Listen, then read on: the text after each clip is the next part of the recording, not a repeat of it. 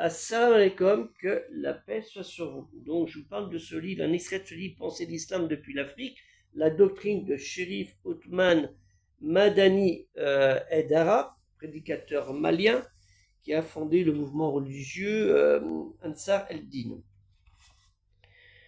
Il dit le serment d'allégeance. Alors lui, il voit aussi un autre serment d'allégeance au niveau du Shahada. Il voit aussi la Baïya.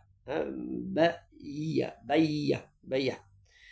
C'est le lien qui est entre le peuple et un chef d'État ou autre.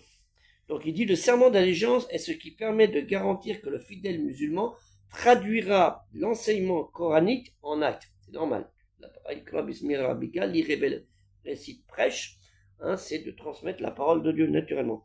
Pour Haidara, le Coran, el-Qur'an, la récitation, est la parole de Dieu, kalimati Allah, révélée à Mohammed, sallallahu alayhi wa sallam, celui la paix de Dieu, afin qu'il la communique aux humains. Si la langue de Mohammed était l'arabe, bien sûr, le Coran n'est pas un livre arabe.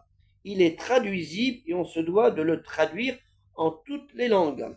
Donc je regarde les références dans le Coran, naturellement, vous le dire en français, Surat Ibrahim, Surat 14, Ibrahim, Abraham.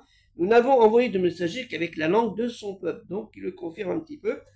Là, et nous trouvons dans la Surat 19, verset 97, et aussi dans les Marie, et aussi nous trouvons aussi dans la Surat 44, 58, après pareil de la fumée, nous l'avons rendu facile dans ta langue. Aussi l'autre, nous l'avons rendu facile à comprendre en ta langue. Et dans la Surat les dunes, les poètes, en une langue arabe très claire. Langue arabe très claire.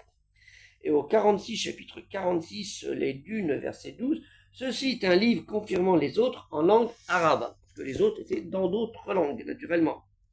Donc, c'est pas anodin ce qu'il dit, il faut bien comprendre. Donc, la parole de Dieu et des nobles vertus qu'elle enseigne peuvent être dites dans n'importe quelle langue.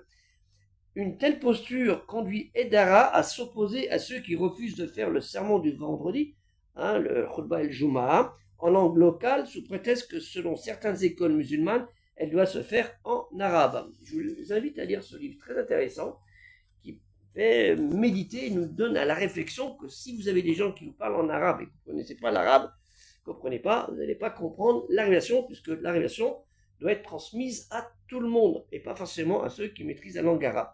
C'est pour ça qu'on invite les gens à faire les discours dans les deux langues et aussi en particulier en France en langue française. Que la paix soit sous la et aider le projet culturel musulman universel.